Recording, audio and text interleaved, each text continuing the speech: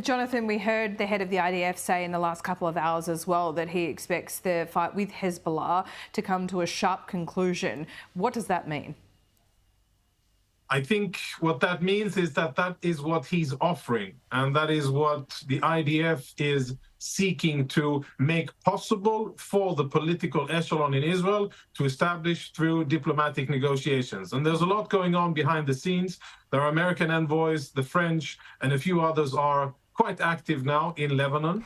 And I think that there is an opportunity to actually settle the situation, to bring about something close to Resolution 1701, but upgraded with additional capacity for Israel to verify that indeed we won't have Hezbollah fighters on the northern border again, close to Israeli civilians, as happened over the last years under the blind eye of UN peacekeepers and the Lebanese armed forces.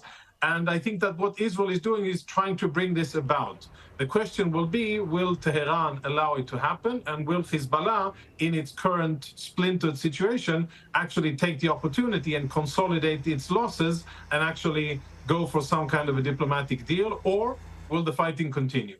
Well, that's a good question, Jonathan, because you have wiped out Yahya Sinwar, Hezbollah leaders, and, you know, the likely successors as well. But what Israel hasn't done is wiped out an ideology. So how do you possibly win? What does a win look like? You're very right, Laura, and Israel hasn't, and I don't think that Israel ever can.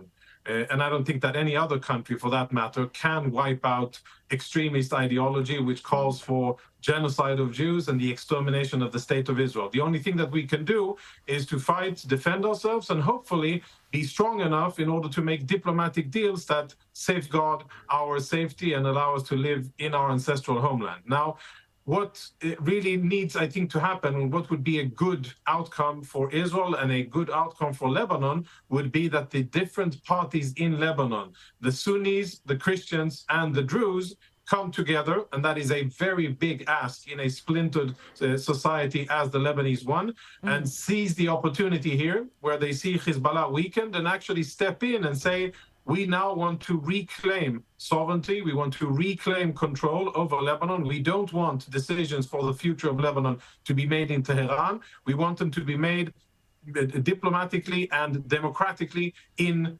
Beirut. I doubt if they'll have the ability to do so, because Hezbollah is very powerful still and organized, and Iran continues to support it. Sure. But I think that what we're going to see in the coming days and weeks will be a continued weakening of the Islamic Republic of Iran. And that will create a tremendous dilemma for Hezbollah and for other parties in Lebanon. So I remain hopeful. Well, Hamas doesn't say who the new leader will be to replace Yahya Sinwar. I don't know whether there is a new leader. If there is, they're not telling, they're not willing to publicly name that person just yet. What does that mean for any negotiation? Did Israel give up negotiating with Hamas anyway, even through proxies a long time ago? And what does the future then of Gaza look like? Who runs the joint?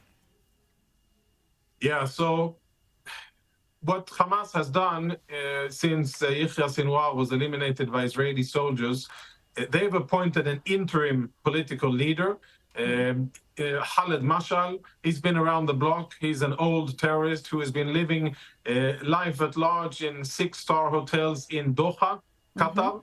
He's been doing that for many years and enjoying it and getting rich of it. He has an estimated personal wealth of about $4 billion, which is a nice sum for a terrorist of Palestinian background. And he is currently the interim leader. He is in Qatar, which is a strategic non-ally partner of NATO and a beneficiary of American support in the Middle East, with a major US base and major US assurances for its existence. And what I think would be a great opportunity now would be to apply pressure on the Qatari hosts and tell them, listen, the game's up. If you want the fighting to end, and if you want the suffering, and there is indeed suffering in Gaza, I acknowledge that. If you want the suffering for the Palestinians to end, you have the power to do so. You force Hamas, either they give up the hostages, surrender, and end the war, or we extradite Khaled Mashal to the US. He is wanted for the killing of Americans. He is wanted for international terrorism. He is an internationally designated terrorist. And those are the two options that I think he should have. Jonathan, always good to talk to you. Welcome back to AIM Agenda. It's been too long. We'll see you soon.